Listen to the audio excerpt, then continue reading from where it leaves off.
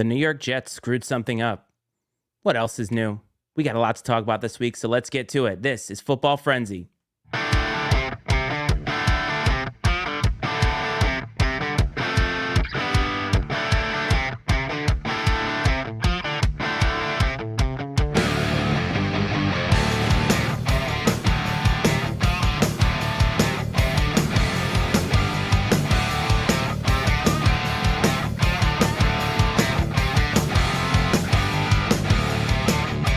Welcome back to the Frenzy, everybody.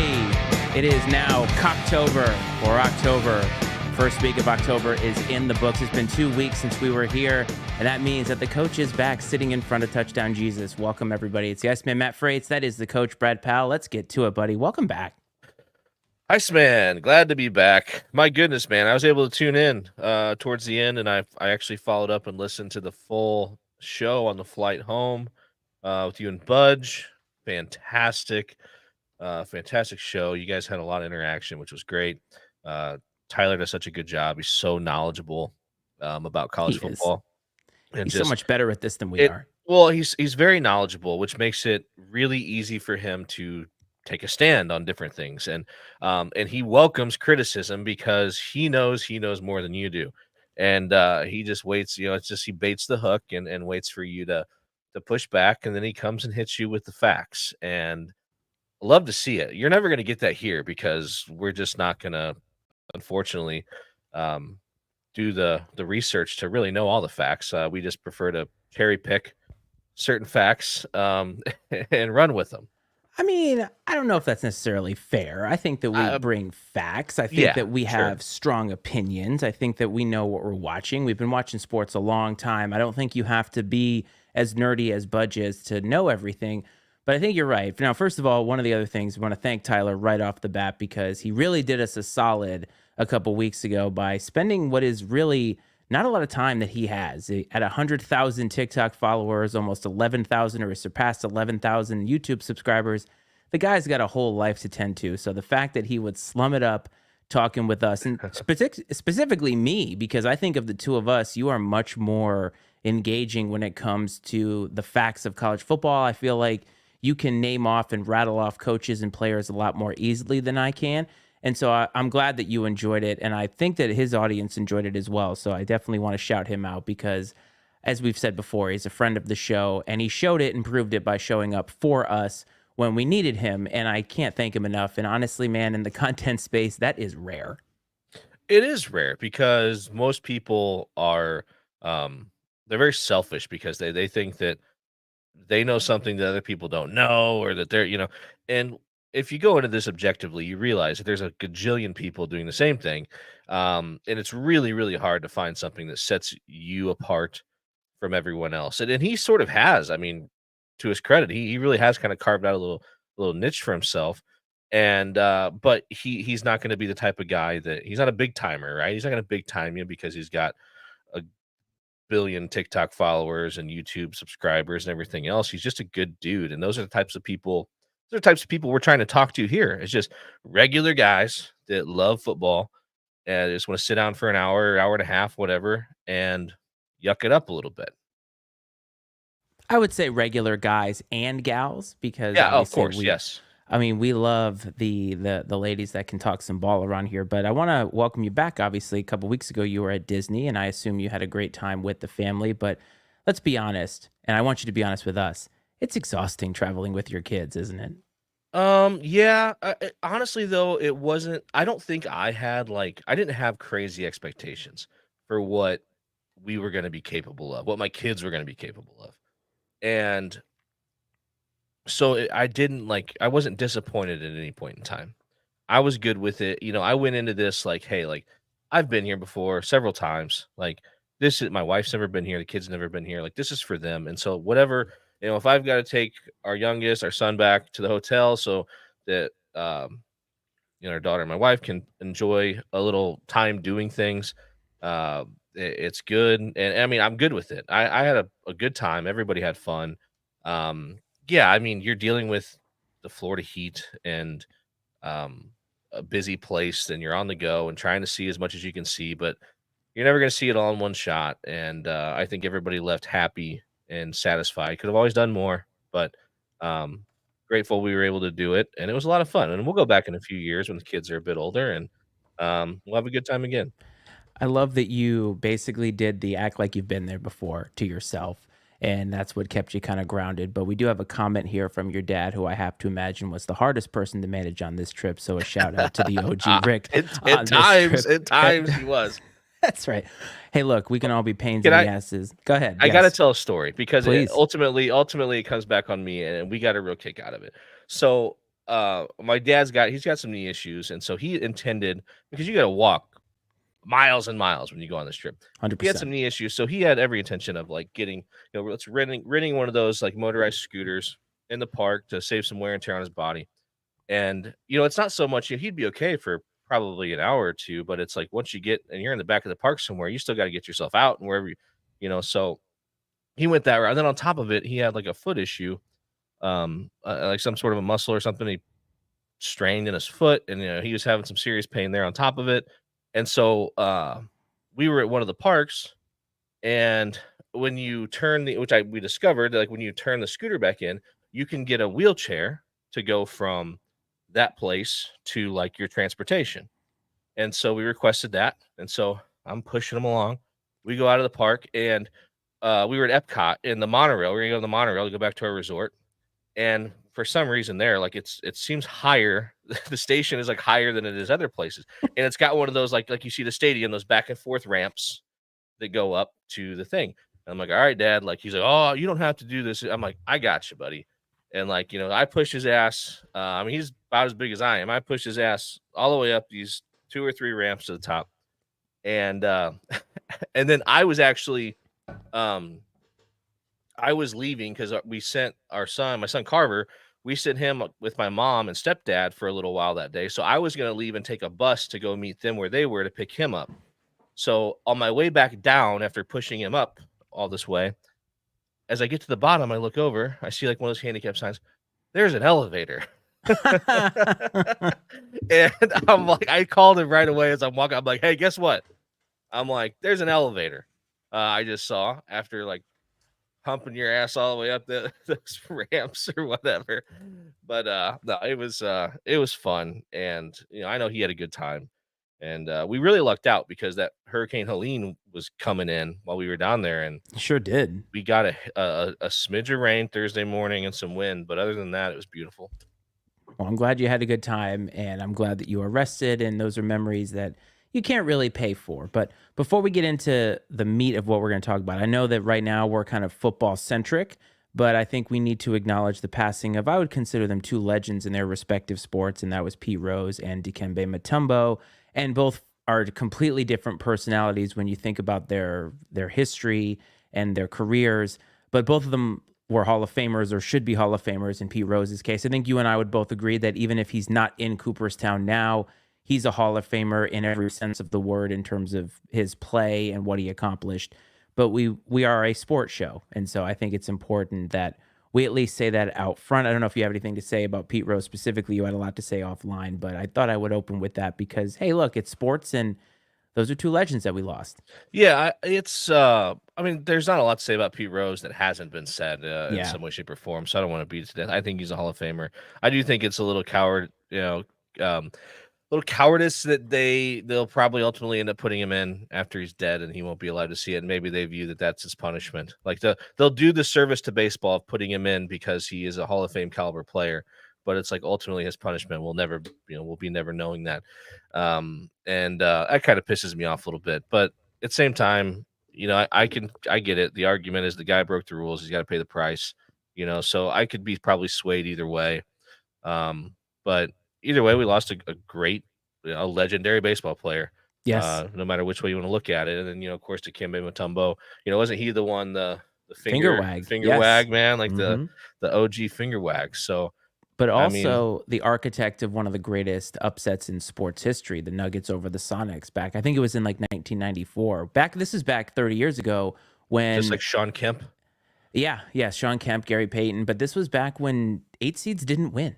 Like there was a huge disparity in the NBA, and that was such a big moment. Everybody remembers him celebrating on the floor, ball over his head, just just elated.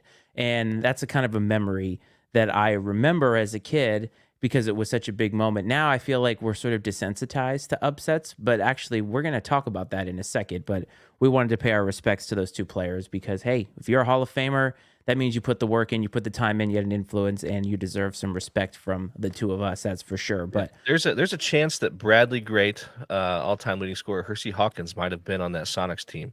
we'll have He to definitely have the played for interns them look that up. somewhere in there, but that might be a little early. OG's probably looking it up as we speak. I'm I sure was he'll going to tell us in say, about 15 minutes by the time he looks it up and types his response. by the time he hunt and pecks his way through his keyboard trying to find it. But we mentioned upsets. So in the 2 weeks that we've been gone, this always happens to us whenever we have to take some kind of a break. It seems like we have these monumental moments that take place that we don't get to actually have an opinion on. Now, I know we tried to be a little bit more forward about our opinions on TikTok, but life happens and it just is. But in the 2 weeks that we have been off, Budge said that Alabama was going to beat Georgia. They beat Georgia in what has to be an instant classic, no matter how you slice it. Alabama jumps out to a huge lead. Georgia comes roaring back, and then Alabama takes the lead for good and wins. And then the very next week, Vanderbilt, of all teams, ends up beating and upsetting the number one team in the country. So you talk about a glow up nationally for Alabama. Everybody said, okay, Kalen DeBoer's squad, they're here, they're playing for him. And then they go and lose in that fashion. And it was another barn burner, 40-35. It's just an amazing thing. And it's amazing because this is college football, but you don't see Alabama lose like that. I want to ask you, though, because Vanderbilt is not App State. App State was a completely different story, but does this kind of rise into that realm in terms of all-time upsets? Because Vanderbilt was 0-60 against the top five all time. I think beyond that stat, no. I think App State might have been, FCS school at the time. It was at the big house. This was at home for Vandy. Not that obviously Nick Saban's told us that's not a tough place to play for opposing teams. And from all accounts, there were a lot of Alabama fans there. So I don't think, you can't blame, the home field advantage necessarily, but it was a home game nonetheless. And let's not forget, Vanderbilt is still an SEC program. I know that they're essentially kept around because they got a great baseball team and they're probably carry the weight of the GPA for the conference. But I just to me, I think the ULM upset over Alabama at Alabama is higher on the list than this is even. Um, I don't know. A big upset for sure, but not an all-timer, I guess, and maybe I'm not giving it enough credit, but if this would have happened before they beat Georgia, would it have been as shocking? I don't know, actually. See, that's the part about this that's fascinating because a week ago, or right after they beat Georgia, everybody was talking about how Kalen DeBoer's team was finding its mojo, finding its identity. He was adapting well to the SEC. And now a lot of people are saying what you said to me after that game is that Kalen DeBoer is finding out what it's like to be the head coach at Alabama. And now everybody's talking about how he's fraudulent. And it's amazing how quickly we change our tune, which is one of the reasons we don't have a large following because we're not willing to do that. We're not willing to sacrifice logic in this way. But I don't know, would it have been? I think the Georgia game obviously elevates Alabama, not just because they have a number one, but because that game was everybody pinned that as like a one season game, basically. Like this was for the SEC. And I know it's super early, but maybe that is true. Maybe that does skew people's view of this win. But you said at the beginning of the season, after Virginia Tech was upset at the time by Vanderbilt, that Vanderbilt's a scrappy team. Diego Pavia, scrappy team. And from what I heard or what I was reading today, it sounded like they went to New Mexico State's coaching staff to kind of find out a little bit more about how they could beat Alabama, doing everything that they could to figure it out. And I mean, it's a great win for that program for sure. Like one that all those fans, of all however many Vanderbilt fans that were in attendance, but the thing about it nationally, though, it doesn't change anything for Alabama because this 12-team playoff. No, and that's what's we're all going to find out. Like college football, we're all going to view college football much differently here in about 2 months than we did a year ago, or than we do now, even. And it's going to look more like the NFL. The transfer portal and name, image, and likeness have created more parity, and that's what we're seeing. we've talked about it here before. Players are willing to go to maybe some of these lower level schools to play right away, as opposed to go and sit and wait for your chance at an Alabama, Georgia, uh, wherever, Texas, so on.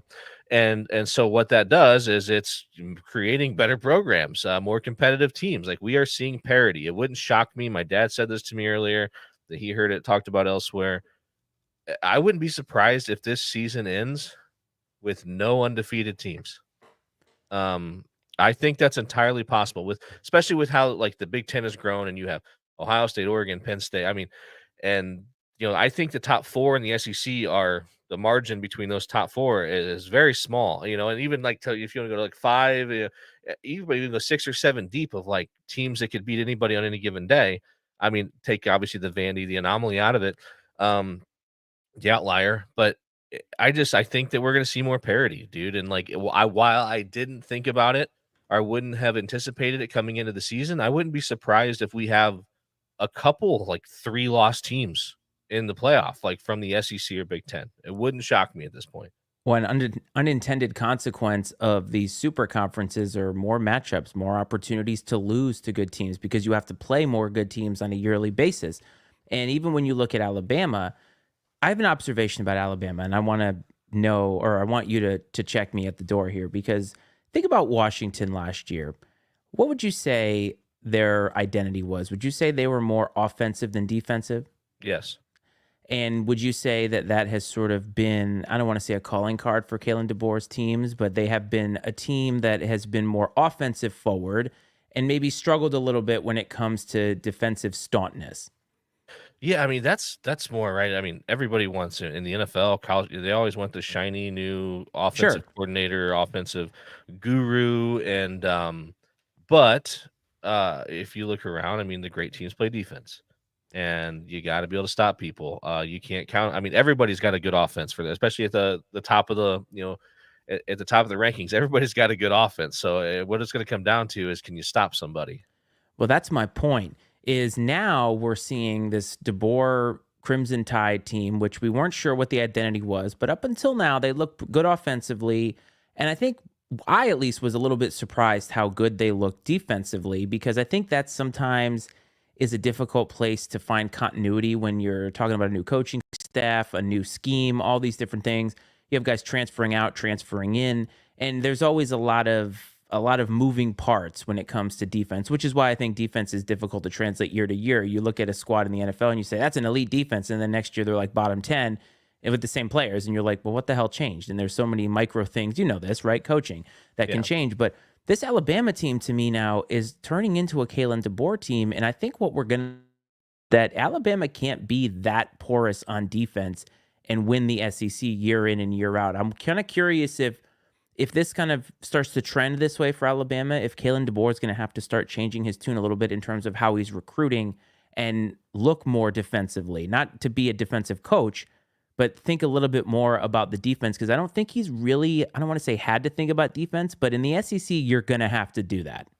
You know what they look like? They look like a 20 teens Big 12 team. Right? Those Yep. explosive offenses that couldn't stop anybody. When Lincoln Riley was Oklahoma with Baker Mayfield and those guys, I mean, and it's just these teams could put up monster numbers offensively. I mean, it's just a track meet because nobody played defense. And I agree with you. I don't think that that's a long-term um, plan for success in the SEC, because those teams historically play defense, and he'll figure it out. They've got the resources. They'll get a big time defensive coordinator in there. I don't know who their DC is now. I have no idea. Obviously, probably not going to be there for very long. And I agree. Yes, with the comment there. If you want to click it in there, yes, 100%. That's why I think that we may see a couple 3 lost teams in the playoff, because that's exactly what's going to happen, and we may see something similar happen at the top of the Big Ten. I mean, starting this weekend with Oregon, Ohio State playing each other. So uh, parity, man, and I love it. I mean, I know people want to say like every game should mean a lot, but like, I'd rather see these high stakes matchups happening more often during the season, like we're going to Oh, get now. yeah. Oh, I mean, I love this because I feel like it adds a little bit more intrigue to a sport that feels like it would, or it feels like in the past it's been more of a foregone conclusion, which is funny because I think some people felt like maybe it was going to be a foregone conclusion this year, but there's still so much football to play. I mean, if you look at the SEC now, I called it a shakeup in the SEC in the notes here, but it's like Georgia, Bama, Ole Miss, Tennessee, LSU, Texas A&M, all one-loss teams already. And we're only, what, 6 weeks into this thing? And we haven't even had the first playoff rankings yet. And that tells you something. It tells you that the SEC, to that commenter's point, is dog eat dog this year because Yeah. there's a lot of great teams in there. And this coming up week, we do have a question about Oklahoma, Texas, which we're going to get to a little bit later. So stay tuned for that. But there are so many matchups that are going to determine all of this.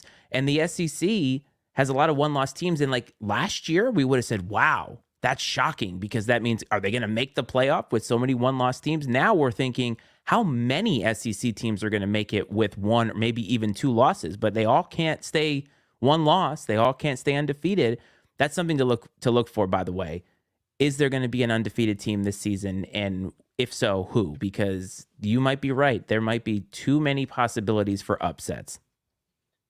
Yeah, there's so many opportunities for upsets now because of the transfer portal and NIL and these other teams becoming more competitive. They're having depth is sort of an exception now. And if you're a team that can have some talented depth, like you're probably ahead of the game compared to most teams.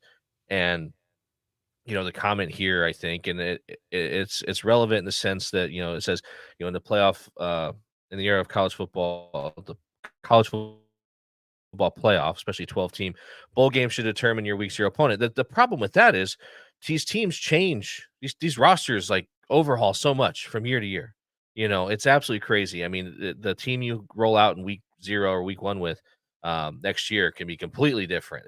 So while I get the spirit of what you're trying to say there, it almost seems I think it would almost lead to more disappointment than anything. And but getting great matchups between the teams aren't going to be afraid to play these competitive non-conference games either because you can afford to lose a game or two and still get in.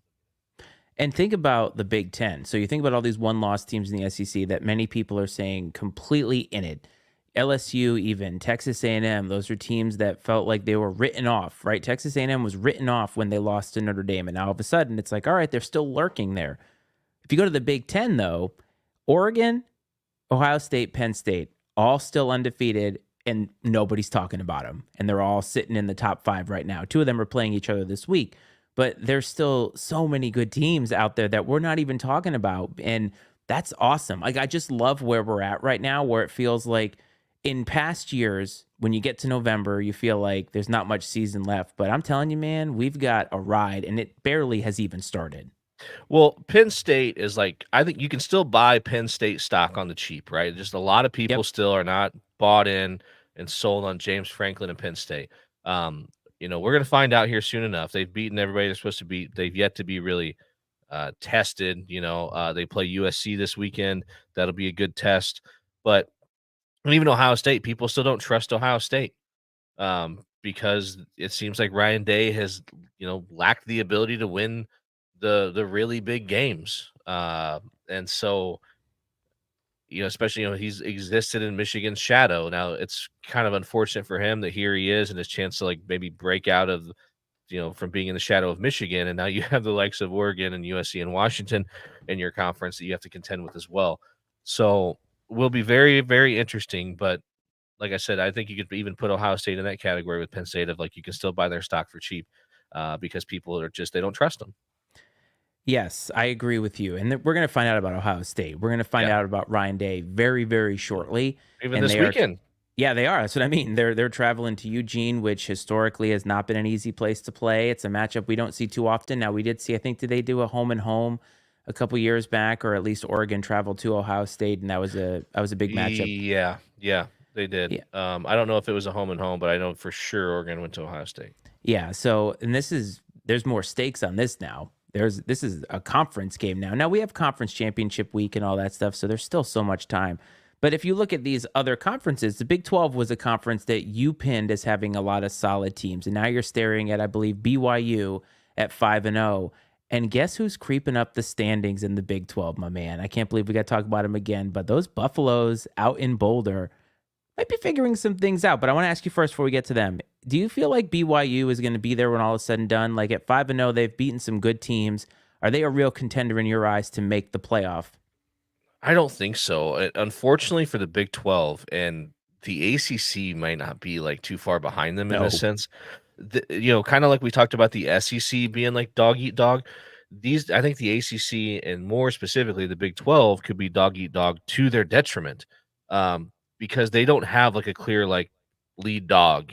Someone carrying the flag for the Big 12. That's just the head and shoulders above, clear front runner that you can count on winning the conference and going and contending for a national championship. But I don't think there's a national championship caliber team in the Big 12. I ACC maybe, I don't but I know. I mean, mean, it's look at again, it's a Miami the last 2 stretch. weeks. Look at Yeah, right. Virginia Tech should have pulled off the upset. Cal somehow couldn't hold on to that lead. So Miami is undefeated, but they look like they might be a little bit ripe for the pickings right now. In the ACC, you also have Clemson, who's kind of sitting there. You can buy their stock on the cheap because they wrote them off very much like Texas A&M. Wrote them off after the Georgia game, figuring some things out on offense. Pitt is 5-0 in the ACC. They're like BYU. How realistic is that? The teams that are going to really screw it up for the ACC are the Virginia Techs of the world. The teams yeah, that are 3-3 who have nothing to lose now are going to beat some of these undefeated teams and water down a conference that I think Budge said it perfectly is filled with a lot of mid. And that's just yeah. the reality of the ACC. And the Big 12 is a lot of mid in some Maybe like respects. upper mid, if that's a Yeah. thing. Yeah.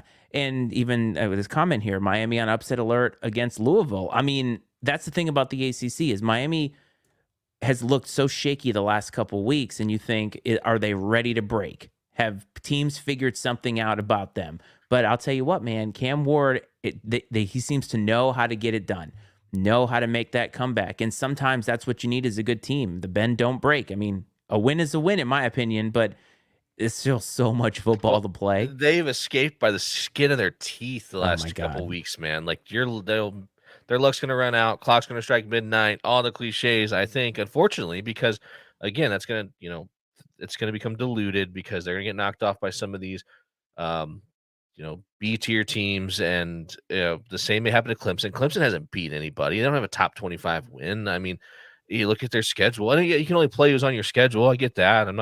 I think Duke is silently like undefeated, maybe in the ACC. At least they were going into this last week. They might have lost, but they were like 5-0 going into last week's games. I mean, No, I so agree. it's very weird what's happening in the ACC. But you mentioned Colorado. I'm hesitant to even talk about them because I know. ever I since know. we quit talking about them, um, they've been winning games, and it's like let's just leave it be, I guess. Well, it's more that they've been doing it quietly. And that's the thing I believe is what is needed for that team is to do it quietly. I'm not saying they figured it out. The question is maybe they have, and we're just sort of mentioning it here because again, haven't heard anything about them. Haven't heard them talking, haven't heard them chirping, and what they're doing is winning.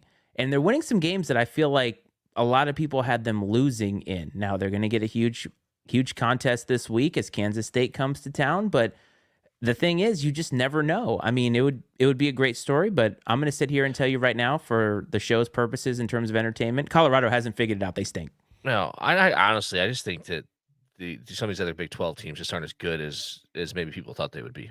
It's Truthfully, very possible. Like us, like we thought that it was a really solid conference. It's actually a very mid no, conference. But yes, if there are two stories in college football that just make me so happy, Army and Navy both undefeated at the same time. I just feel like that is a great story. Now, I know both of them play Notre Dame.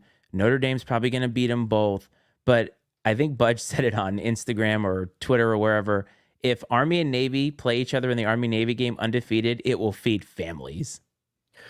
yeah. So, I mean, first of all, let me just say I don't want to like make it a Notre Dame thing. Notre Dame has like struggled like historically with the service academy. So, like uh, those are games that I'm not taking for granted, no matter what those guys' records are when the time comes. Um, what's so fascinating about that is those two teams could play each other in the American Conference title game and then play each other again like a week later in essentially what is an exhibition, right? Just the Army Navy game. Yes. I don't want to say just the Army Navy game because in a lot of people's eyes, it's the greatest college football rivalry of all time.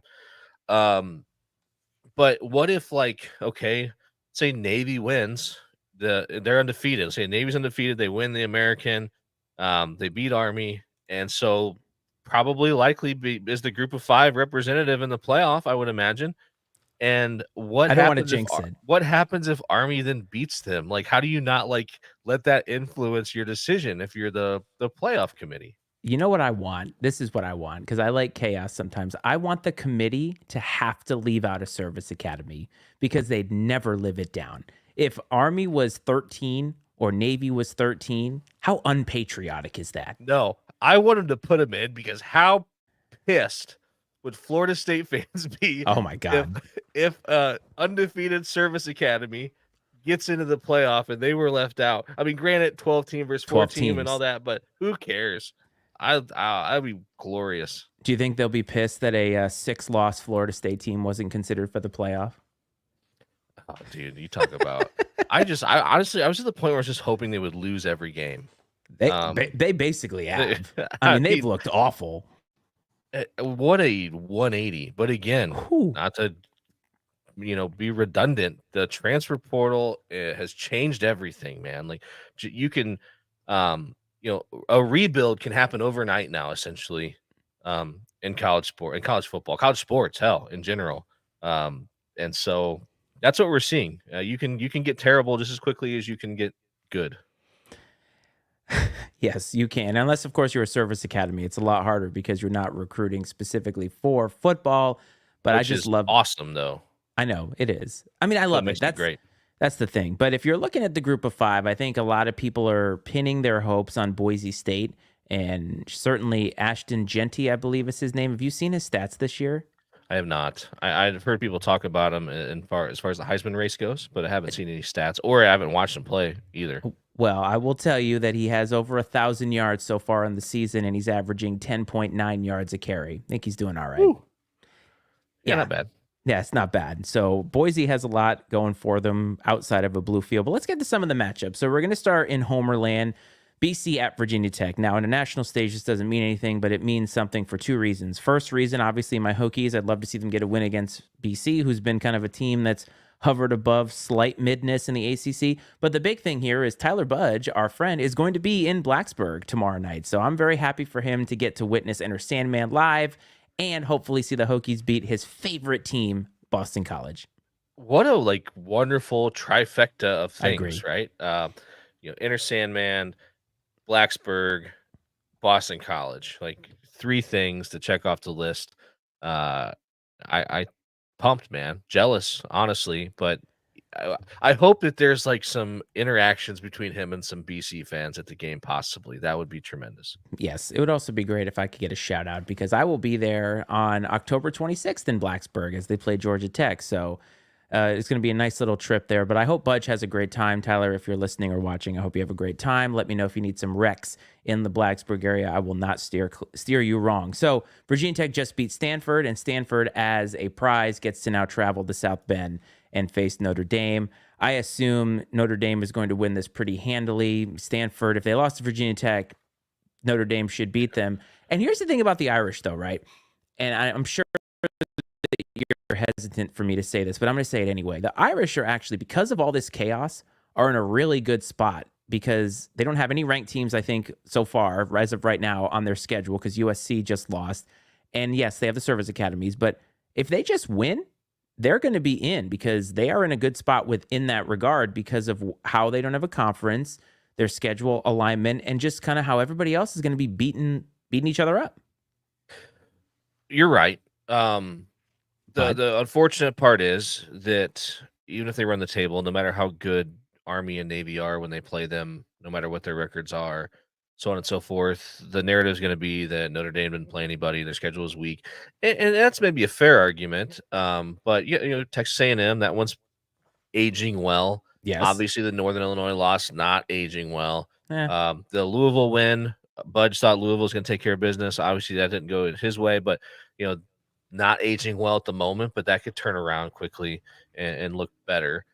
But Also, though, I'll say this: like Notre Dame is not. I don't think this is a national championship contender. And I know that's not like groundbreaking to most people, but I just don't. I think they could be a playoff team, but I don't think that they are. At least what I've seen so far, I don't think they're a team that's gonna compete for a national championship. I just think that's the truth. Is it fair to say that there's just something that's almost intangible that you can't quite put your finger on that is missing about this team?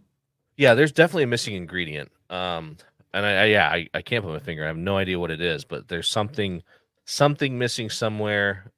Because a lot of for a long time it was the recruiting hasn't been very strong, but like they've fixed that thing. The recruiting is getting better. Hmm. They've gotten some players that they would have never gotten in the past years, and so their roster talent is improving. Some of the other things, obviously, I got to imagine Notre Dame can compete with anybody when it comes to NIL. Now, they may handle it a little differently, but they're certainly not going to get outbid for somebody that they want in most cases. I wouldn't imagine. So it's something intangible that I don't know what it is. I don't know if it's Marcus Freeman's inexperience, possibly just hasn't quite figured a couple things out. Not sure.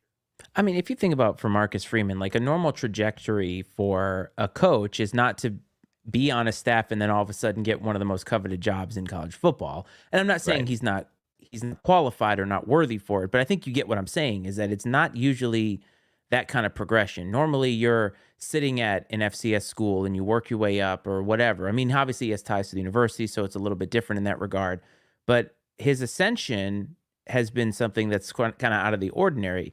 And I also wonder if maybe they have good coaches at all these different positions, but sometimes the coaching staff gelling together. We've seen that in the NFL a lot where you have seemingly good coordinators, a seemingly good head coach, and they just can't put it together as a team.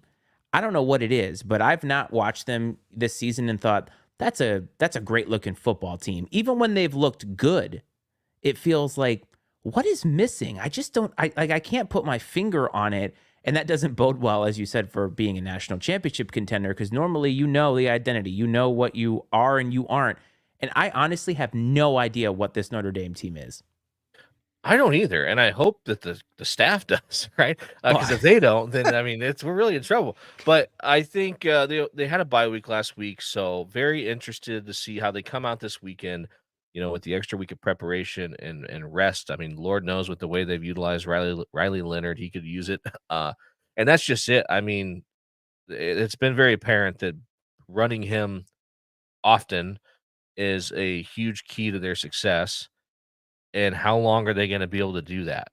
How long is he gonna hold up physically with carrying the ball, 15, 20 times a game possibly? I mean, and, especially with his injury history. they're asking a lot out of that guy. And I don't know. There just feels like there's something missing. But Agreed. Yeah, so, and I know yeah, we're like, we don't know what it is, but we really I don't. It's I very don't. strange. It is very strange, but I think if we're looking at this landscape, so I want to say too, October 12th is the most popular wedding day of the year. I will be at a wedding on the 12th. So I will not get to watch basically any of these games, or I'm going to sneak off and make sure I get some hot takes on TikTok while on the dance floor or something like that. But Ohio State, Oregon is obviously the game of the weekend, 2 versus 3 at this point. Ryan Day, a guy who isn't normally known for winning the big games, traveling to Oregon. Oregon is a team, as a program, that is also not necessarily known for winning the big game. So I think it's fair to say that both of these head coaches need this. And it kind of does fundamentally change the Big Ten a little bit. But again, with the conference championship game, a lot of things are in play. But the winner of this game is kind of on a stepping stone ahead of everybody else. So this is kind of one of those weird games where it's like, you just have two programs that like need it and somebody's got to win it. So how do you feel about this game? Um, it's gonna be interesting. I do think that it's that both teams have sort of been on a collision course to this week all year. I think that the schedule has probably allowed both teams to sort of like keep some keep some things close to the vest, game plan wise. And I think you'll see them pull out all the stops on Saturday. I just have to imagine though, man, being an Ohio State fan, like I said, and getting little brothered by Michigan the last several seasons, and it's like, okay, Michigan's, they lost everybody. They're obviously a little down. Um, and now like Oregon joins the league, and it's like you can't beat them. It's like, damn it, that was Michigan. Now we can't beat Oregon. Um, and I can't imagine how frustrating that would be. And I'm not saying that's going to happen.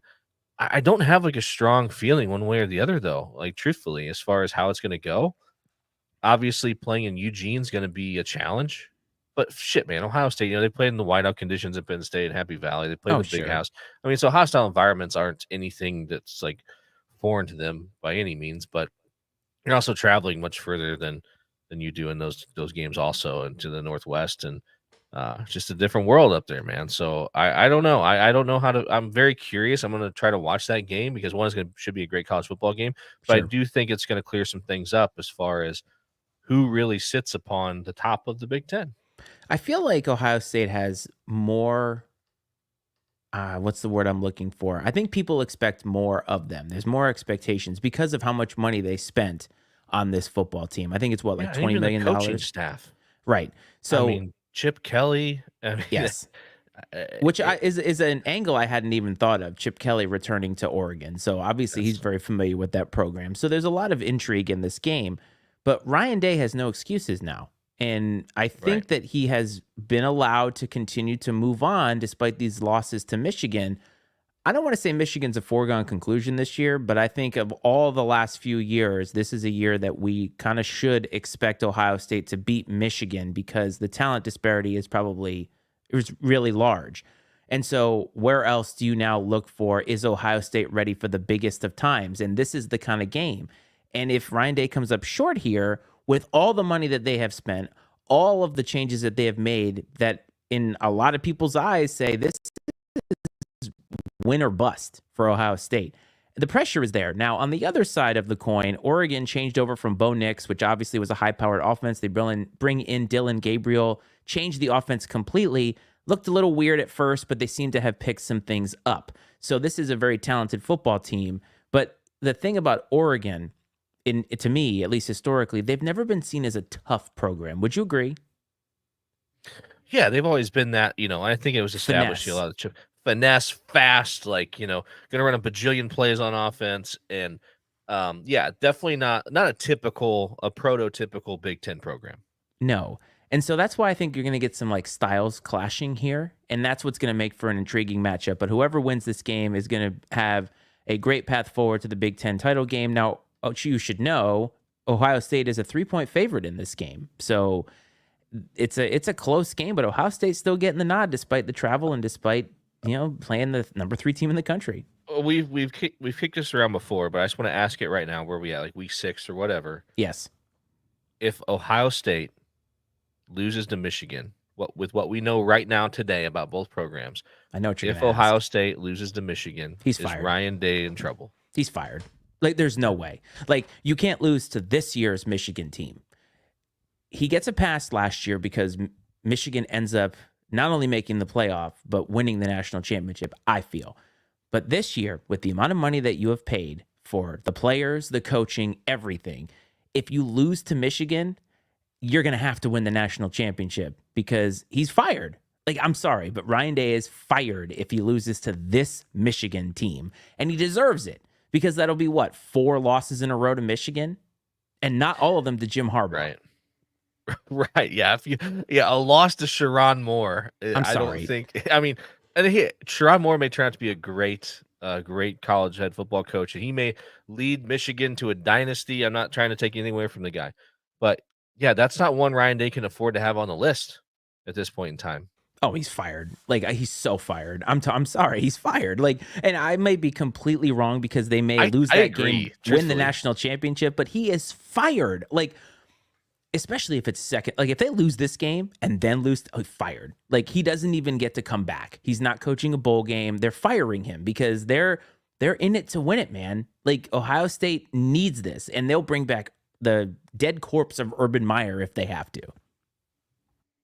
Yeah, I don't know. Like, do you think that I know people say like Ohio State's like an SEC team in the North. They operate like an SEC program. Possibly. I don't know. Do you think that they are like that they're on that same level of like crazy? I mean, like Oh Kirby yeah. Smart was getting death threats and shit after Yes. they lost to Alabama. I mean, those people are unhinged. Do I you don't want to think say that it's on what do that they level? what do they have to do in Columbus? Like, what are you doing up there? You're not Have going you to blue. heard like the kids slang that they refer to like they use the word Ohio as like an adjective to describe something that's terrible. Oh, that's Like fair. this is like I'm like, well, that's so weird. They go, that's so Ohio, and I'm like, what the hell does that mean? Oh, it just means it's bad, really bad. That means it's time to move on to the next game, is what it means. So, Red River rivalry, Texas and Oklahoma. On paper, this is a rivalry game. It means something. Texas is a 15-point favorite in this game, and they're going to get Quinn Ewers back, supposedly. They look pretty good with Arch Manning. I feel like Texas is in the driver's seat, and this is this hurdle, and then they play Georgia, so they can't look ahead in this game. But if they take care of business here, they get to play Georgia. And then if they do that, they're pretty much a lock almost by just playing average football to be in the SEC title game. But they can't overlook this game. I just feel like even though it's a rivalry, Texas has so much more talent and so much more to play for, and I just see them winning pretty handily in this game. All right, let me draw a scenario for you. Um, Oh, Quinn Ewers is back. Texas is trailing 28-7 at halftime. Do they bench him and bring Arch in for the second half? I guess it depends, right? It depends on how is he struggling? Is he hurt? And you have that option. But Quinn Ewers got them to the playoff last year. I agree. So How uncomfortable do things get in Austin if Ewers plays the whole game, and they get beat by Oklahoma? because of the 12-team playoff, because of the fact that they only have one really tough game after this against a team that I think you don't feel is the same as they were last year. I don't know. I don't think Sark really cares. I think Sark is very in tune with what he needs to do for his football team, and he's just going to do it because if he was going to have an awkward moment of starting Arch Manning, he would have friggin' started him already without Quinn Ewers getting hurt. And I just feel like, yeah, could you imagine, as Eamon Report says, could you imagine Oklahoma upsetting Texas on Saturday? I mean, anything in college football is possible. Oklahoma and Texas, they hate each other. So it's not as if it's out of the realm of possibility for this to happen. Brent Venables, defensive-minded coach, right? Defensive coordinator for all those Clemson teams. Yes. And those are the types of coaches we've talked about that historically struggle. And I feel like Texas is just on this mission where they know what they have to do. I feel like they're locked in. Now, Arch Manning kind of struggled a little bit. He looked good enough, but he didn't look good against the cream of the crop. Quinn Ewers has been there, and you cannot discount snaps. You cannot discount all that experience. He's been at the highest level. Roll with the guy. Even if they lose, teams lose. Good teams lose all the time. Yeah, I mean, realistically, I agree with you. Like Quinn Ewers, yeah, I'm in. We got you, brother. Noted. But realistically, I agree. Like Quinn Ewers is the guy. He should be the guy. There's, even if things don't go well in this game by some chance, um, it's not an indictment on Quinn Ewers, but we know how fans are. I mean, they're ridiculous, and they're going to lose their minds if things go south after winning a couple games with Arch in there. Sorry. You're That's what fine. happens. This is what happens when I'm trying to pay attention to what we're supposed to talk about. And yeah, I mean, again, like they have a quarterback room that is envied by every single program in the entire country. So if Sark is able to switch back and forth and not skip a beat, God bless him, because not everybody can do that. So Well, you can't bench sans an injury. You can't bench Quinn Ewers. There's no going back. Like you can't bench him and bring Arch in, and then if shit doesn't go well with Arch, bring Quinn. There's no going back if you bench him for Arch. Like, well, if you have two quarterbacks, you have none. So we know how that works traditionally, but I really don't think it's going to be that big of an issue. But let me go through some of the other games that we have on the slate for this weekend before we get to the NFL, because as this episode is called, we have to talk about the New York Jets and Robert Saleh. But South Carolina traveling to Alabama. South Carolina never seems to win the big game. Alabama, there's just no way they're going to take South Carolina lightly. It is an SEC game, though. We're going to find out how Alabama responds. It is a bounce back for them, and see how Kalen DeBoer can get the boys ready to go. Cal at Pitt. We just talked about Pitt being a Classic possible. ACC Hey, battle. yeah. What did you? By the way, did you see what the colloquial name for the Cal Miami game was? Woke versus Coke. That's terrific. I saw that. I saw like was it scholars versus convict. I mean, I saw a lot of like weird That's not things as they good. tried to like create. Well, Pitt is a 3-point favorite at home. So Cal coming off that emotional loss to Miami, now having to travel all the way across the country. I could see Pitt kind of taking it to them, but hey, don't discount Cal, the old Golden Bears, as you said, a traditional ACC squad. I'll We talked discount them. Yeah, okay. Well, we talked about BYU earlier, and they have to play one of those mid Big 12 teams in Arizona. So that is definitely something to look at there because BYU, can they keep the streak rolling? Another intriguing matchup that nobody's talking about, Ole Miss and LSU. So Ole Miss gets the loss a couple of weeks ago. Lane Kiffin and the boys, they always seem to have that game.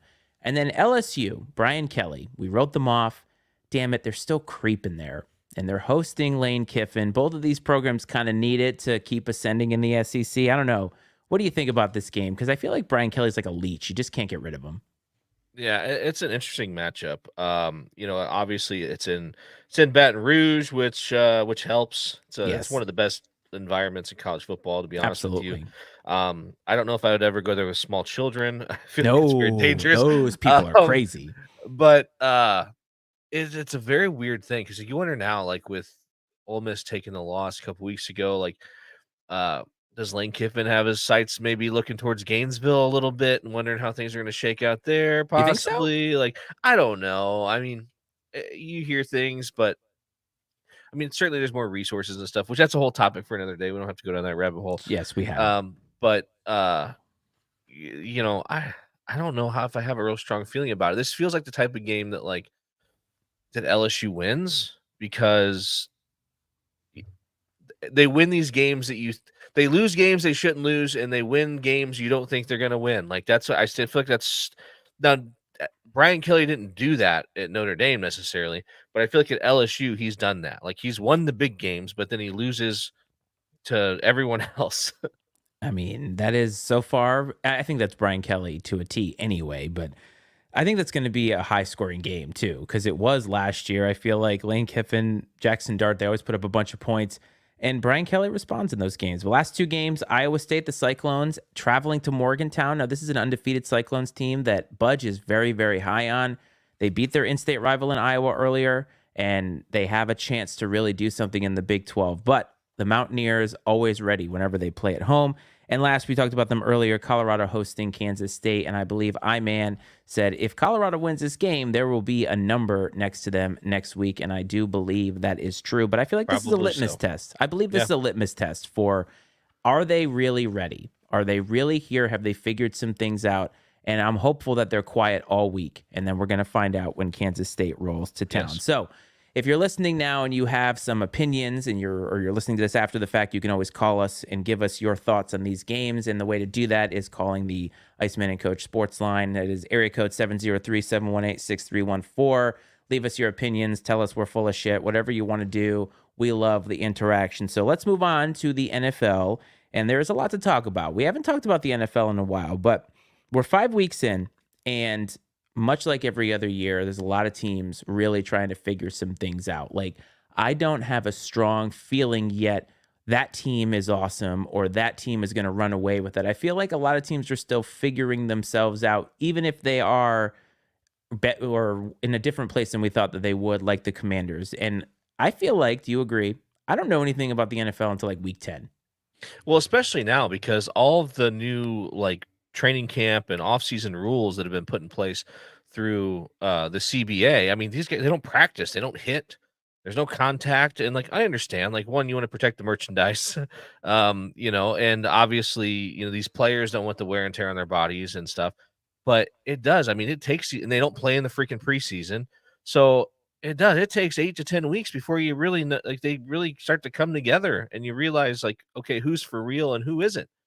But at the same time, there is so much parity, and I saw an episode of Political Football, our friends over there, Yes. and they were talking about it. At first, I kind of like I kind of scoffed at it. I guess that's maybe an aggressive term, but they were talking about how some of these teams, um, that they hired unintelligent football coaches, and that's the problem. And when I look at it though, I got thinking about it. I'm like, you know what, like because we see it week after week.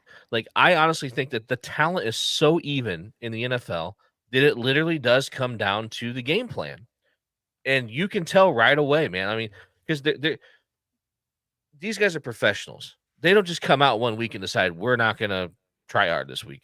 And you can tell if a team's got a terrible game plan right out of the gates almost in most cases. And I think that honestly dictates the outcome of a lot of these games. Like coaching, unlike maybe some other pro sports where it feels like the coach is just sort of there, I really do think that coaching has a major impact in the outcome of these games in the NFL because everything else, for the most part, is equal, um, for the sake of this argument, and the difference is in the coaching, and it's very apparent, I guess, that there are some guys out there that have no idea what they're doing.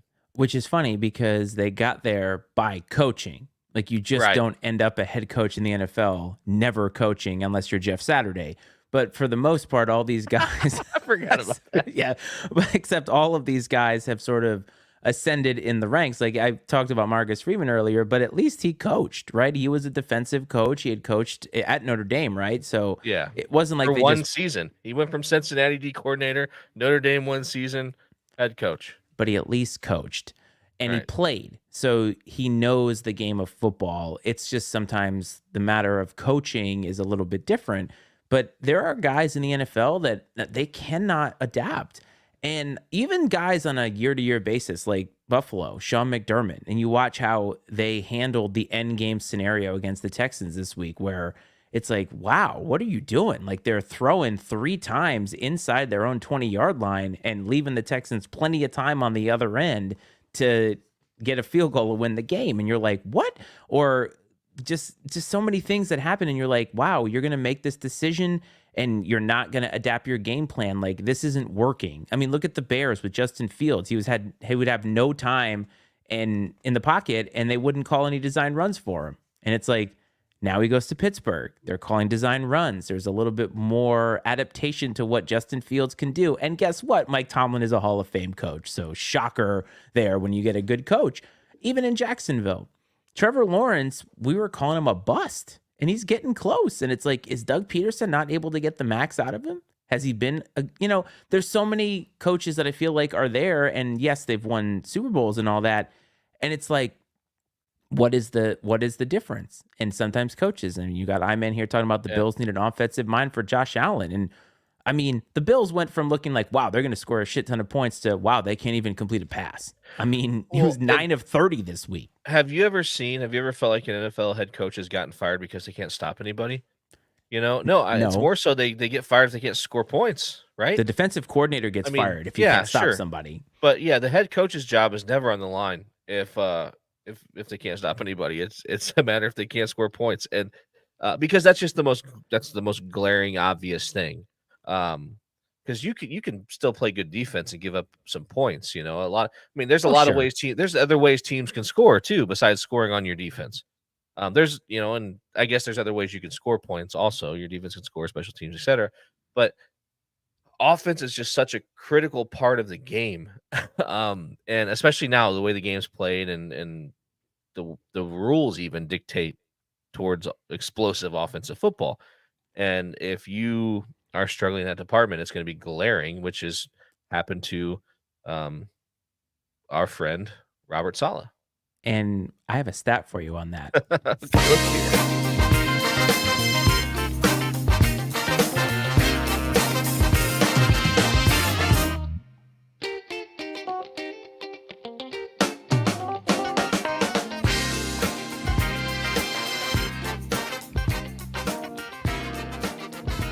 Iceman stat of the week. As I always bring something to the table, you talked about Robert Saleh. So poor Robert Saleh was fired by the New York Jets 5 games in, which is one of the weirdest decisions ever. We're going to talk about that afterward. But you also talked about scoring points. So I have a stat for you about the New York Jets and scoring points. Are you ready? Always. I can't wait. All right. So this is points scored weeks 1 through 5. In 2023, the New York Jets scored 93 points.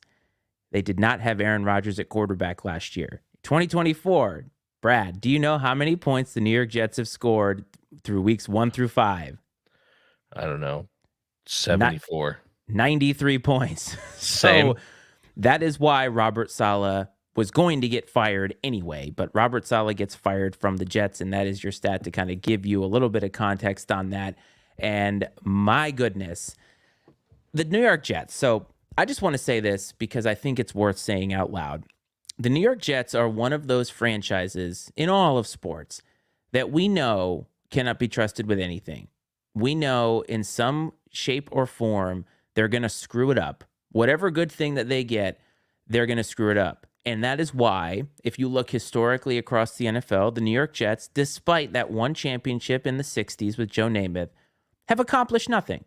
I think that's fair to say. And that's not me trying to disparage Jets fans. I know that there's so many passionate Jets fans, so many people who want to see the Jets do well. Our buddy Cleve from Political Football and just our friend in general.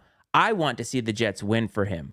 But it's stupid stuff like this that has been historically happening with the Jets. That is why they are who they are. It's why nobody can take them seriously.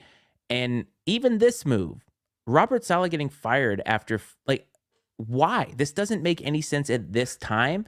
Nothing about this makes sense. And it's so Jets. That's the thing. Dude, Robert Saleh is ass. I know that, but there's no difference. The reason he got fired is because Aaron Rodgers is ass. That's why. Maybe so, but whether the quarterback was Aaron Rodgers or Kenny Rogers, Iceman is with Robert me on this, okay? No matter who the quarterback was, like I said, Aaron Rodgers or Kenny Rogers, Robert Saleh has struggled. I'm shocked. I don't disagree with you, but there's what's the only reason he didn't get fired last year is because Rodgers got hurt on the third play of the season or whatever. Understood, but what if you knew you didn't want him? Why keep him? He didn't have a choice. Fired him. Saleh?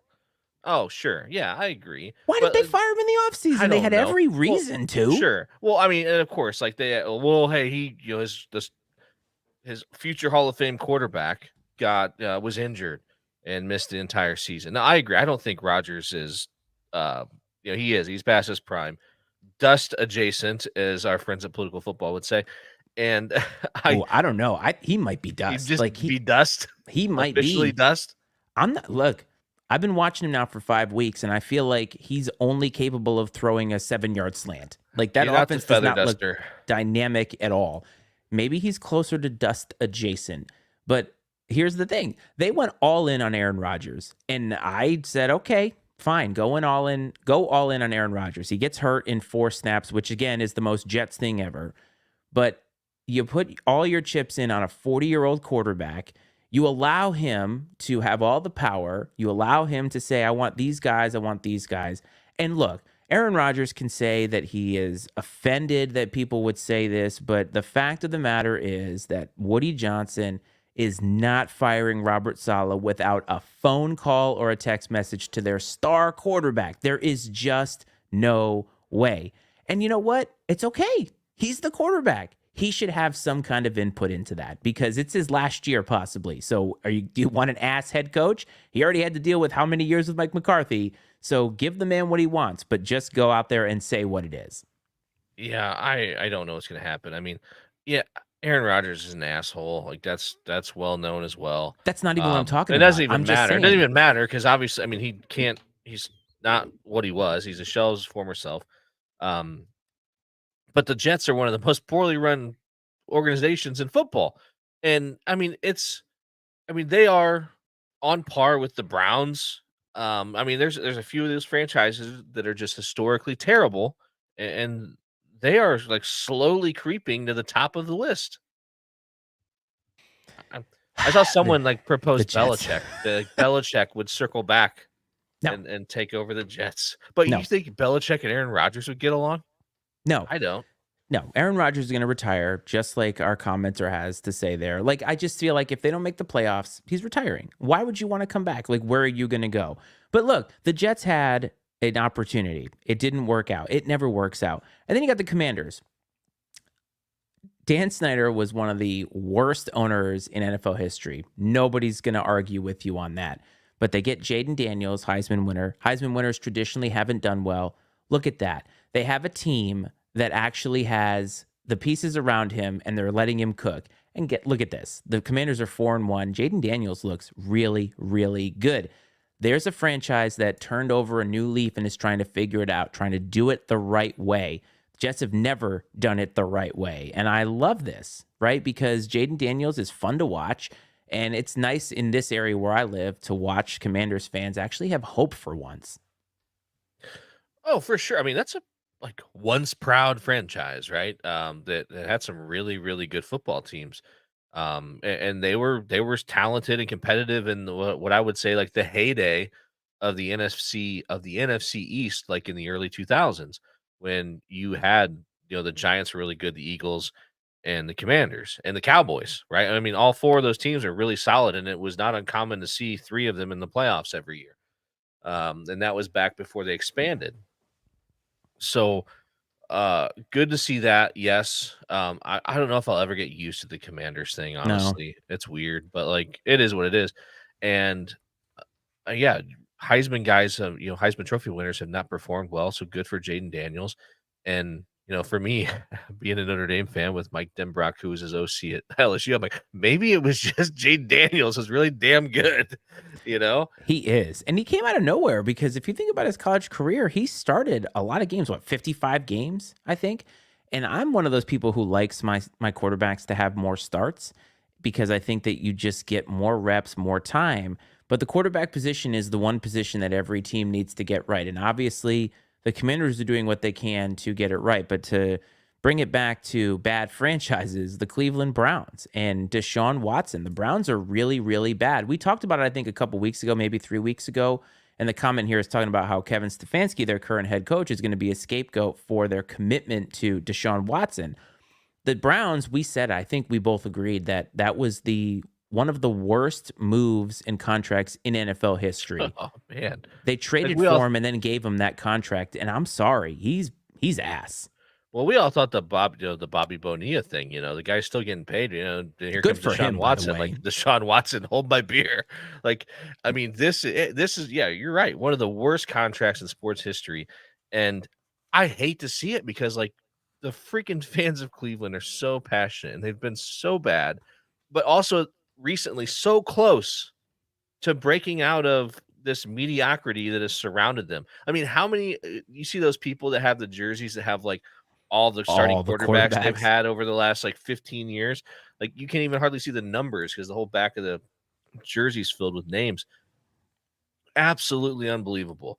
That I mean, I guess if you have enough money, you can do whatever you want and you can just run these franchises into the ground. It doesn't matter. And He's I going to mean, make money. it's well, yeah, and it sucks because, like I said, in a city like Cleveland, these fans are so passionate and they want so desperately to have a team they can be proud of and support.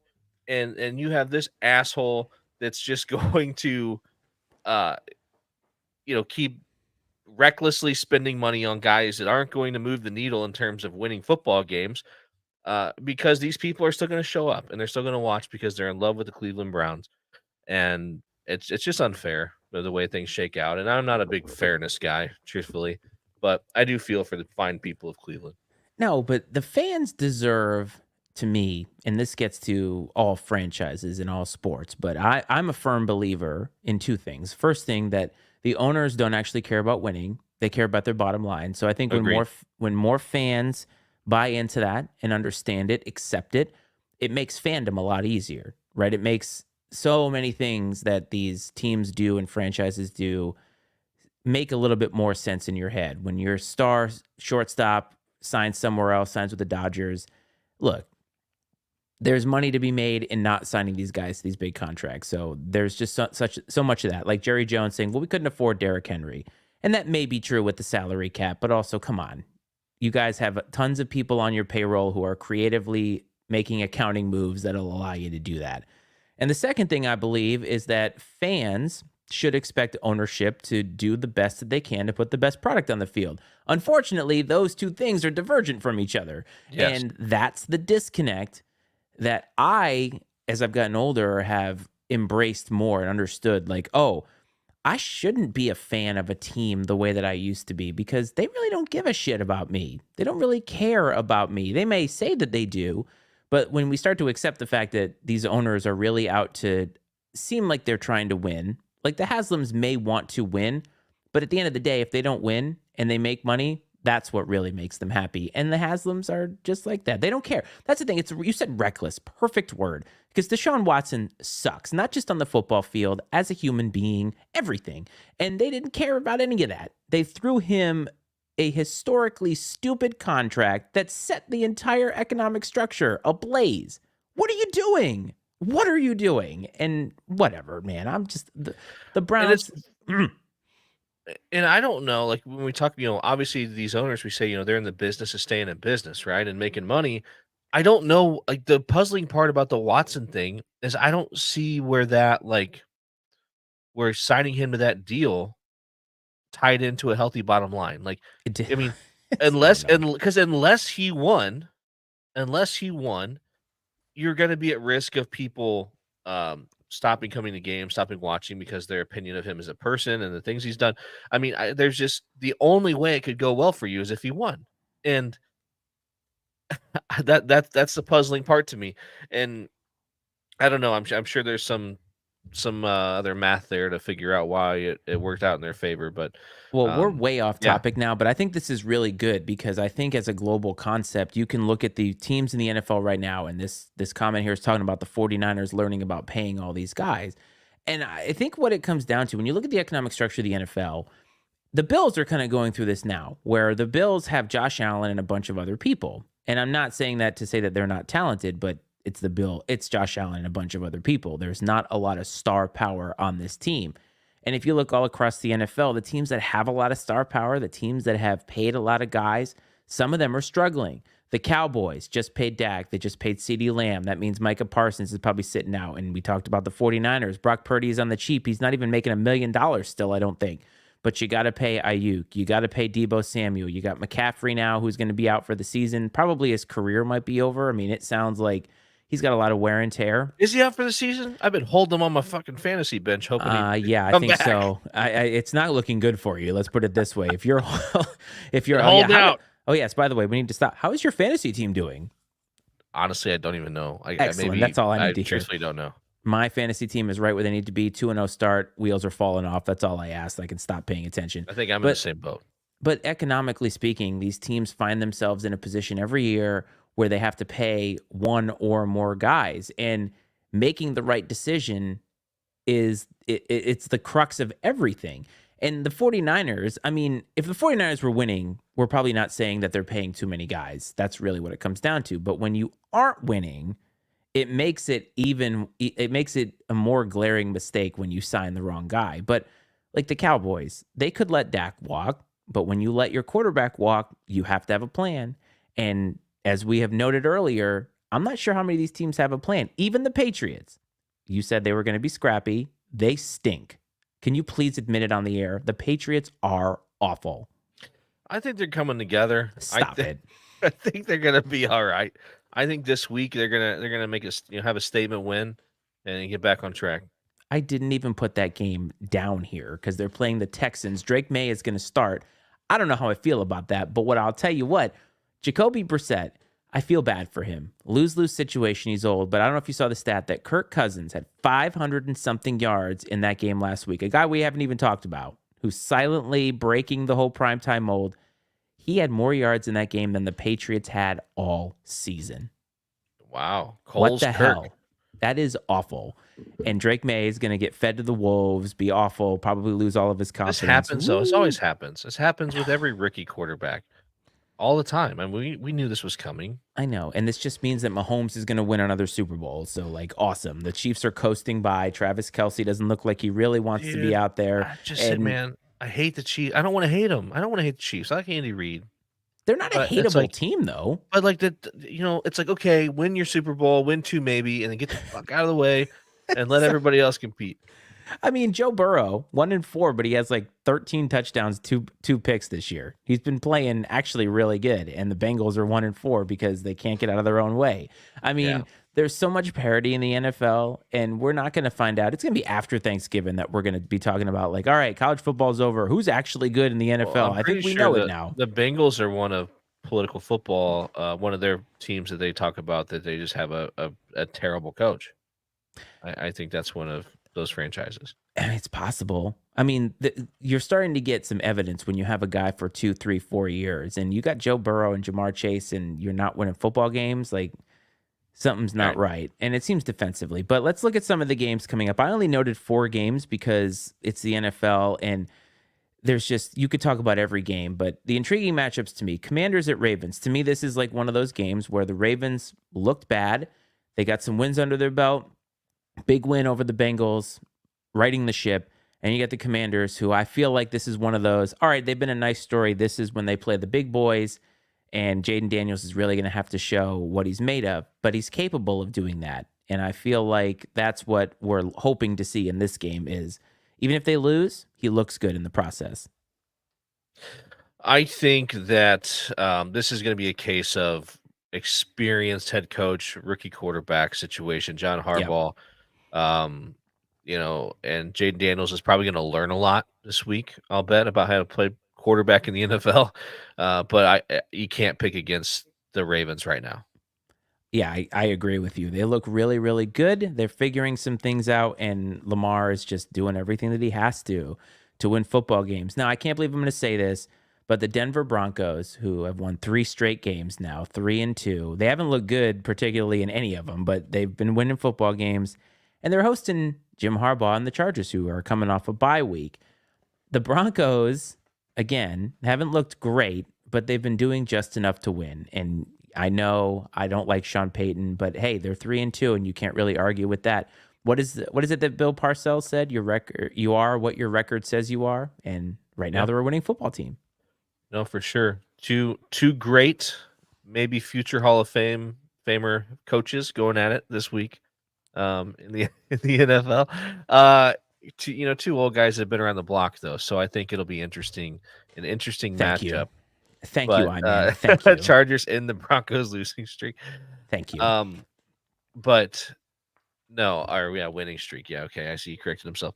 No, I like the Chargers here. I like what they're doing. I like what Harbaugh's putting together there, and I think they'll take care of business. And I do think the Broncos are coming along, but like you said, they're kind of like they're having to find ways to win. I think the Chargers are just too good. I feel like the Chargers are one of those teams that, like Harbaugh, by the time we get to post Thanksgiving, we're going to be like, oh, yeah, okay. Yeah. Really figuring some things out, putting some things together, figuring out exactly how to use the running game to look like a Big Ten team, but also use Justin Herbert the way that they should use Justin Herbert, as long as he's not hurt for too long. So we'll see about that. Game of the week for me, obviously, Lions at Cowboys, buddy. And Dave on Political Football last week said the Lions are the best team in the NFC. And his hope is that they go into Dallas and tell everybody that by just putting the Cowboys away, no questions asked. But I know you don't pick against MCDC, but I feel like Cowboys, I don't know. They're giving everybody hope, but I feel like they're mid. The Cowboys? Yeah, no, I think the Cowboys are mid for sure, man. I don't pick against MCDC, especially here in Jerry's world, man.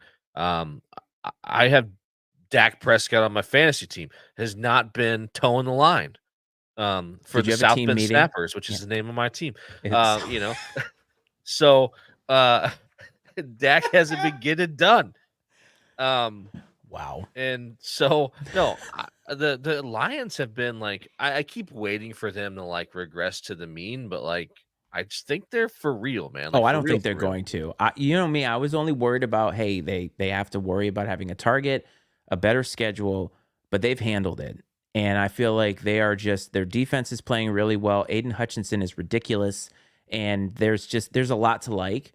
I think the only thing that holds them back is if Jared Goff plays like a mid quarterback. But so far, I mean, he went what? I think 18 for 18 for 292 and 2 touchdowns, no picks the last time they played or something. So like that's a recipe for the Lions winning football Dude, games I right saw there. like Colin Cowherd does this thing where he puts up like he puts up two like question mark heads, shadow heads and stat lines next to each other, like passing yards, QBR, all this shit. And like one will be pretty much like notably better than the other. And he Yep. did this like 3 times in a row. And it was like Jared Goff better than like Josh Allen, Lamar Jackson. I mean, like Patrick Mahomes was even one. Like his stats like this season have been better than Patrick Mahomes. So he gets a bad rap because he's kind of like on par with like Kirk Cousins a little bit. I mean, people just don't like buy it. Like he's not flashy, but he's efficient and he gets it done. He wins. Yeah, he does. I mean, yeah, that's the thing is like in the NFL sometimes just do what you have to do to Dude's win. won a lot of football games. Like I know he hasn't won the Super Bowl. He's been there a couple of times, or I guess once with the Rams, and he got to the NFC Championship with the Lions. But they didn't lose that game because of him. No, guy wins a lot of football games. He does win a lot of football games, and I feel like the Lions might be one of the best teams in the league, and I feel like we may be talking about them late November and be like, wow, this is a real Super Bowl contender, because right now I hope so. There's not a lot of teams in the NFC that you're like, oh, like, excuse me, the 49ers are not them right now. The Lions, I think, are them, which, of course, whenever we say that, whenever we're behind a team, the Lions are going to lose by like 30 points in Dallas. So that's never fail whenever we talk about them. But last game that I want to talk about is Bills at Jets. And the reason I want to talk about that is because the Bills have looked like shit for 2 weeks in a row. And now the Jets have no excuses because they have a new head coach. And we'll see what they look like. Both of these teams need a win, but I feel like the Jets need it more, because if the Jets go 2-4, there's no head coach to talk about now. But I think right now, Nathaniel Hackett is their head coach, or it could be their interim head coach. And do you remember him? I can't remember who it was. It's somebody else. Good. Yeah, they said he's like some like beloved in the locker rooms. It's not Nathaniel Hackett. It's somebody else. Oh, cool. I don't know his name. Nobody else does either, so it doesn't matter. But I mean, of course, this would be the most like sports thing ever that happens. The Jets win, and everybody's like, "Oh, hey, get that idiot out of the way." Here they go. Okay, here we go. There's the one person that knows the name. Thanks, Simon Report.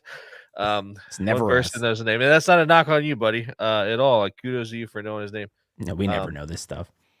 No, never. I mean, even it could be like, who's the coach of whatever team? Like, who's the head coach of the Arizona Cardinals? I don't know. I think he like was the guy from the Colts, maybe. Honestly, like the Colts OC or some shit. Do you know the coach of the Colts right now?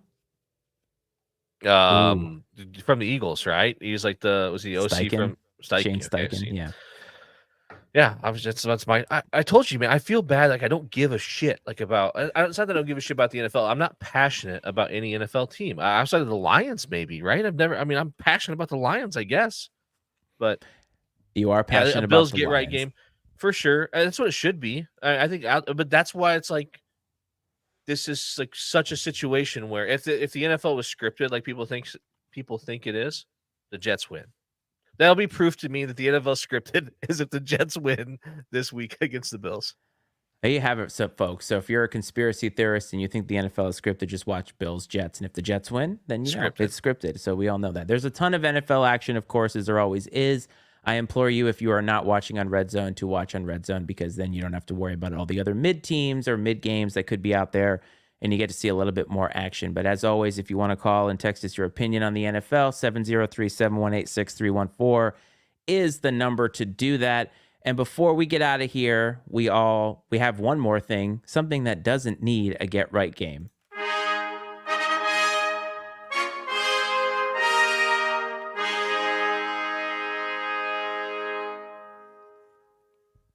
All right, my friend, it is time for Coach's Pick of the Week. It's been a couple of weeks. Last time you picked Rutgers over Virginia Tech. That came true. Somehow, some way, you are 7-0.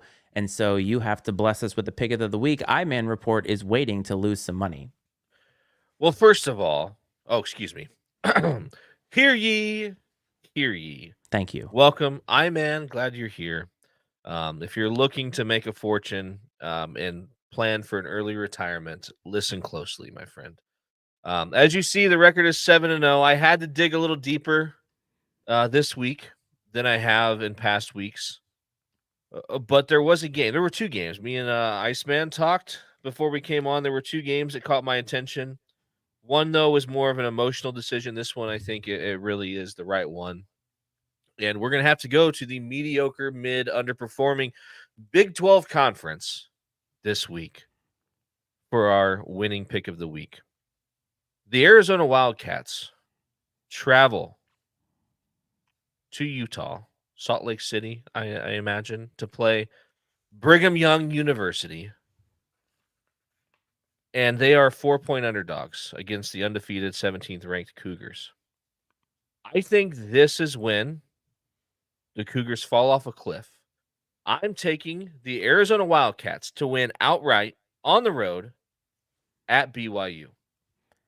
You heard it here first. Arizona traveling to Provo, Utah to face the Brigham Young Cougars in what would be an upset. Like it sucks. And I mean, it's, depends on how you feel about Mormon life. But if it's not for you, then it's not for you. But this game could be for you. So if you want to lose some money, put some money on the old Wildcats to defeat the Cougars outright. Coach, this means that the group of five doesn't have a real contender, but if it comes true, you'll be 8-0, and that's what I like to see. So let it be written. So let it be done. Oh, good Lord. Hey now. BYU's that group of five? What? I'm sorry. I tried to end the show early. Big 12. They're Big 12. I know. BYU's that group of five. Come on now. That's what happens. It's been a while. I'm rusty. First loss is on its way. Dad says, I'm in report. If you're still there, buddy, thank you. Thank you for hanging in here, man. Thank you for coming in. Thank you for contributing. Do you have a podcast, a blog? Yes. The name makes me think you have something. You probably do. Yes. First of all, we want to thank anybody who is new, because a lot of people probably discovered us for the first time when Budge came on. He was very gracious in allowing our feed to be on his feed. So a lot of people found us through Budge, and we do appreciate you for sticking around. We hope that you are entertained. And we always like to lift up the supporters we like to lift up other creators, because in this space, I feel like that you have to. So thank you for your engagement. Thank you for getting us through some really crappy production just now with the pick of the week. I played the wrong sound effect, but you can come to expect that on this show on a week-to-week basis. It's been a long day, okay? It's been a long week. And honestly, sometimes it happens. So I had a good time, though, Coach. It was good to see you, and it was good to just interact with some of the people out there talking about some football. So I'm sure you're looking forward to the games this weekend. But what do you got on tap, and what else do you want to tell our loyal listeners and followers? Well, thanks as always to all the listeners, all the newbies for sure. Got a little 10U travel softball tournament on tap this weekend. It's just an hour down the road, but we're gonna get a hotel anyways and stay. The kids are like, honestly, the kids like a hotel with a pool as much as they like Disney World, it seems like. So, we have some early games Saturday, so we're going to stay. The OG is standing next to me, like giving me like sign language. We're gonna stay down there, because we have to get up early Saturday to play a couple of games. So we're gonna have the day to like hang out. I should be able to watch all the college football I want, I hope, because of the schedule. Looking forward to that. I mean, this is the weekend everyone's been waiting for in college football. Everyone thought last week was going to be a dud. It delivered in spades. Hopefully this week lives up to the expectation. OG wants everyone to know that he's going to be at the Bradley inter squad scrimmage showcase, whatever they call these things now, scouting the Braves out. That's to cue things up for Braves talk here in a couple weeks. I was thinking it would have been hilarious if we would have started this show with him watching with the Braves talk intro, as if we were going to do a Braves talk, and then without him. Yeah, it would be fun. So for a little context for people who are new, we do follow the Bradley Braves, Bradley University out there in Peoria, Illinois, which is where Brad and his dad live. And we have a little side hustle that we call Braves Talk, where we break down all the games, off-season, things like that. So his dad, the OG as we call him, is very big into Bradley basketball. So he's scouting for the team right now, and he has very important things to do. So, but if you've never seen us before, never heard us before, you can find us Apple, Spotify, all that good stuff. We do ask that if you go there, you give us a rating, give us some stars. It does mean a lot. We are trying to always get better, trying to make this content as engaging as possible. And this live stream, I would say, is one of the more engaging ones that we have had in quite a while. So we want to thank everybody for their time. As always, you can support us however you want to, social media, all that good stuff. But I hope this finds everybody well. I hope this finds everybody safe. And as always, we'll see you next week. This is Football Frenzy.